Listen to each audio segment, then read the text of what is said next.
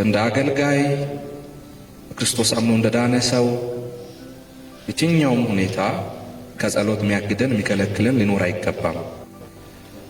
ጳውሎስ ሰበብ ቢፈልግ አለመጸለይ ይችል ነበር።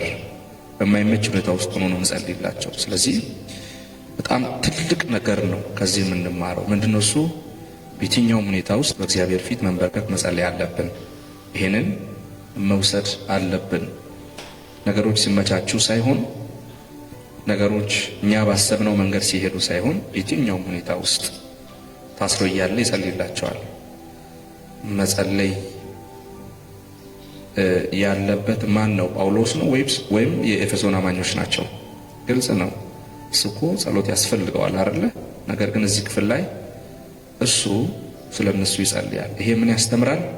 በየትኛውም ሁኔታ ውስጥ በእግዚአብሔር ፊት ሆነን ስለ ራሳችንም ስለ ቅዱሳንም መጸለይ አስፈላጊ እንደሆነ ይናገራል። ሁለተኛው ቁጥር 2 ላይ ለእናንተ ስለተሰጠኝ ስለ እግዚአብሔር ጸጋ መጋብነት የሚለው ሐሳብ አገልግሎት ሰልፍ ሰንተርድ አይደለም። እግዚአብሔር የሰጠንን ጸጋ የሰጠው ሌሎችን እንድናገለግል ነው። ይሄ በጣም ሊሰመርበት ይገባል። አገልግሎት ሀብት ማከማቻ፣ ስም ማከማቻ፣ ዝና ማከማቻ አይደለም። እግዚአብሔር ፊት እግዚአብሔርን የምናገለግለው ለሌሎች መታነጽ ነው፣ ለሌሎች መዳን ነው፣ ለሌሎች ማምለጥ ነው። ይሄ በጣም ትልቅ ጉዳይ ነው።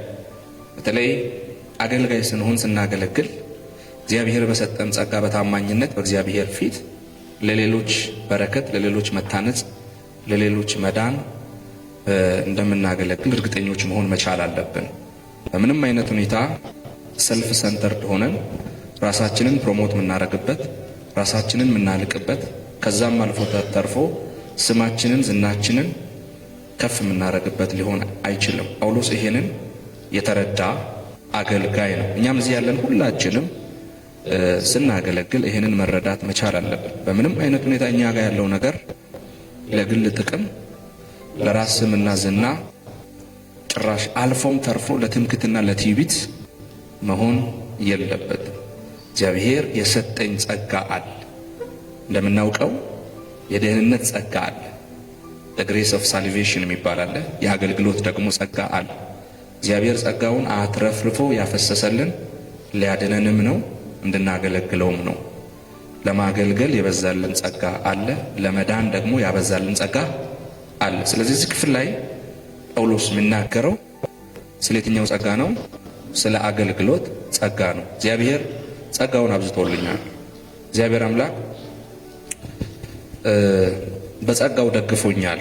ይሄንን ደግሞ እግዚአብሔር ያደረገው እናንተን እንዳገለግል ነው ይላል።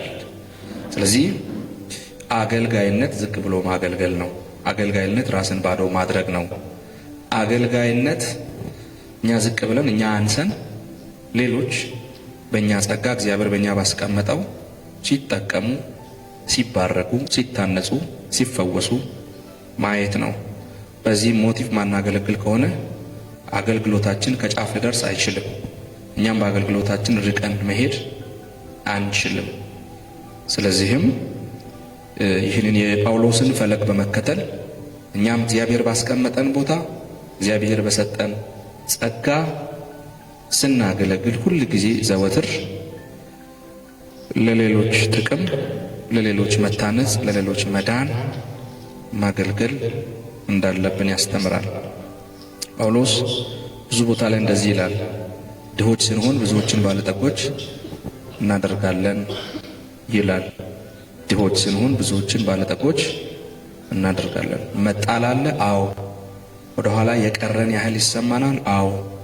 በጣም በሚያም መንገድ እናልፋለን? አዎ እናልፋለን።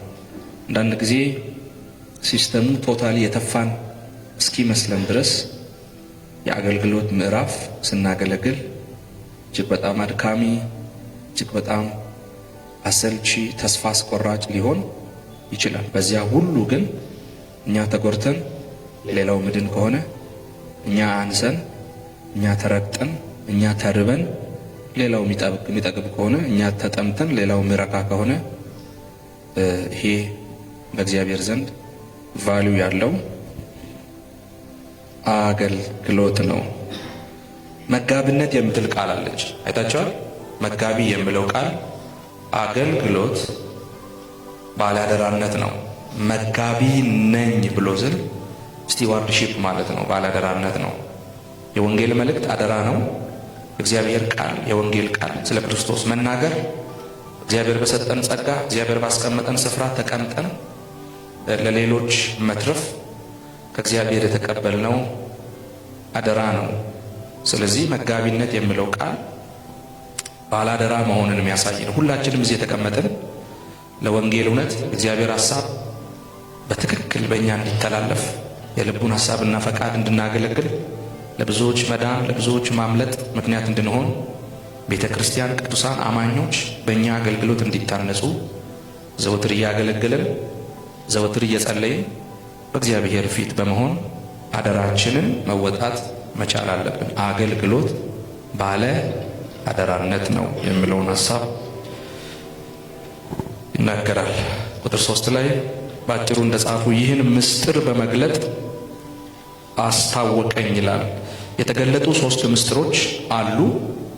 ቁጥር 4 ላይ ይህንን ታውቃላችሁ፣ ይህን ስታነቡ የክርስቶስን ምስጢር እንዴት እንደማስተውል ልትመለከቱ ትችላላችሁ ይላል።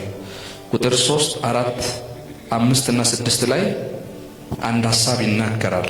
ጳውሎስ መልእክቱንም የተቀበለው የእግዚአብሔርን የልቡን ሐሳብና ፈቃድ ከወንጌልም የተረዳው በመንፈስ ቅዱስ ኃይል እንደሆነ ይናገራል። ይሄንን መጻፍ አለብን እያለ ያለው ጳውሎስ ተሰውሮ ተደብቆ የነበረው ምስጢር ተገልጧል። የተገለጠው በመንፈስ ቅዱስ ነው። የተገለጠውን የእግዚአብሔርን ሐሳብና ፈቃድ ለእናንተ ደግሞ እናወራላችኋለን። ስለዚህ አገልግሎት በመንፈስ ቅዱስ ኃይል ነው። ይሄም በጣም ትልቅ የምንማረው ጉዳይ ነው። አገልግሎት በመንፈስ ቅዱስ ኃይል ካልሆነ አድካሚ አሰልቺ ነው የሚሆነው። ስለዚህ ጳውሎስ የሐዋርያነትን ስልጣን ነው እዚህ ክፍል ላይ የሚያነሳ። ሐዋርያት የበጉ ሐዋርያት አሉ። ከነሱ ጋር በአካል ባይኖርም ክርስቶስ ካረገ በኋላ ወደ ደማስቆ ሊገባ ሲል ክርስቶስ ዓይኑን ከፍቶ የወንጌል ምስጢር አብርቶለታል።